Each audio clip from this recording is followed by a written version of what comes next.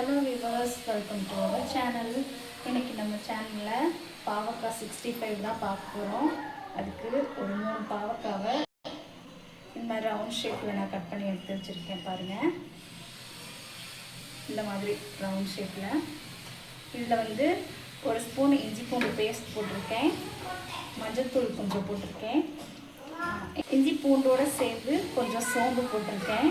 இந்த சோம்பு போட்டோன்னா அந்தளவுக்கு கசப்பு தன்மை வந்து தெரியாது, கொஞ்சம் நான்வெஜ் ஃப்ளேவரில் நல்லாயிருக்கும் சாப்பிட்றதுக்கு.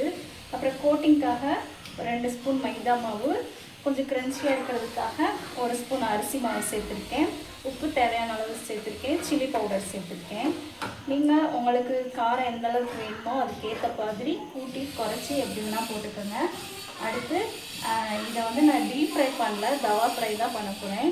ஃப்ரை பண்ணிவிட்டு ஃபைனலாக உங்களுக்கு எப்படி இருக்குன்னு காட்டுறேன். பாருங்கள், ஒரு 4 ஸ்பூன் எண்ணெய் ஊற்றி வச்சுருக்கேன். எண்ணெய் காஞ்சிருச்சு. மீடியம் ஃப்ளேமில் வைக்காமல் இதை போடணும் மட்டும் ஸ்லோ ஃப்ளேமில் வச்சு நீங்கள் போட்டுக்கோங்க, இல்லைன்னா கையில் தெரிச்சிடும். பாருங்கள், ஒன்று ஒன்றா போட்டுக்கலாம்.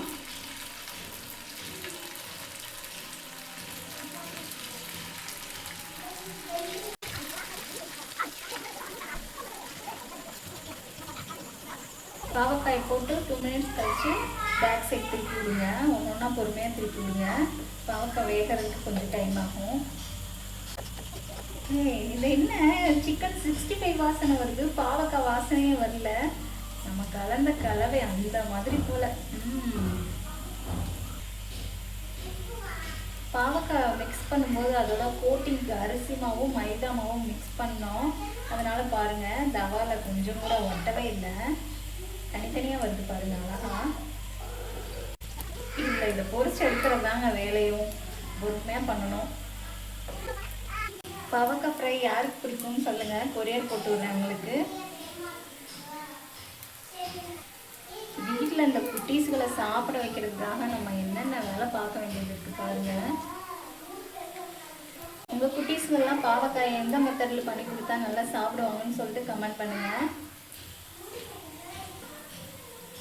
பாருங்கள், இந்த அளவுக்கு கரண்டியில் இப்படி பண்ணனா சவுண்ட் கேட்குது பாருங்கள். இந்த அளவுக்கு ஃப்ரை ஆனால் போதும், சூப்பராக இருக்கும். ஃபுட் கலர் எதுவுமே இதில் ஆட் பண்ணல, நேச்சுரலாக சூப்பராக இருக்கு பாருங்கள். ஒன்றா பொறுமையாக எடுக்கலாம்.